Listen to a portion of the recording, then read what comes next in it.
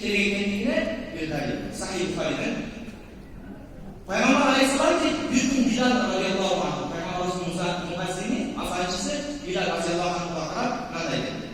Ya Bilal, haddithni bi erce amelin amiltuhu fi İslam. Fe inni sami'ta tufan aleyh beyne yedeyfil cennet.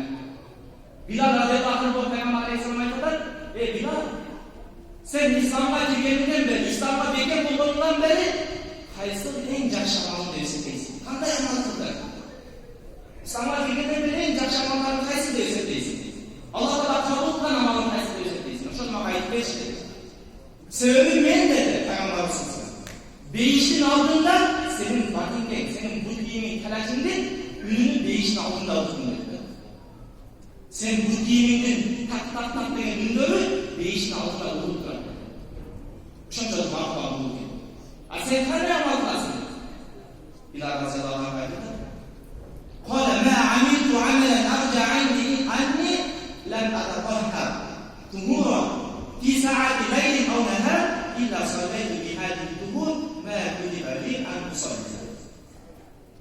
Bilal roziyallohu anhu javob berdi. Men qaysi bir vaqtda qachon bo'lsin? Dara olgan bo'lsin, dara olgandan keyin farzdan sirtqari yetirgan nafil namozda hech qachon qoldirmaydi. Shukr usul qilib, shu darat olganimga shukr degan namozda. Alloh taolo ya Robbim, men shu namoz darat olib, oldirganimga daratga qudrat oldiga qudretim yetganine shukr degan. Bilal roziyallohu anhu so'zlar.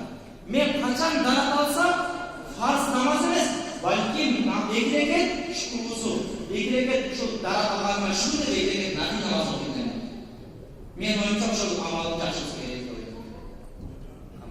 Nafilning martabasi, nafilning darajasi qanchalik biik ekan. Bilal roziyallohu anhu butunun astidan, tomonidan, batinkasidan chiqqan ümid beyishni oldida o'tirdi. Endi uchun nafil ibodatlar bekor bo'ldi. Darat olgandan keyin ekilgan nafil namozlar bekor bo'lib hech qachon qoldirib qolgan. وما يزال عبدي يتقرب إلي بالنوافل حتى أحبه.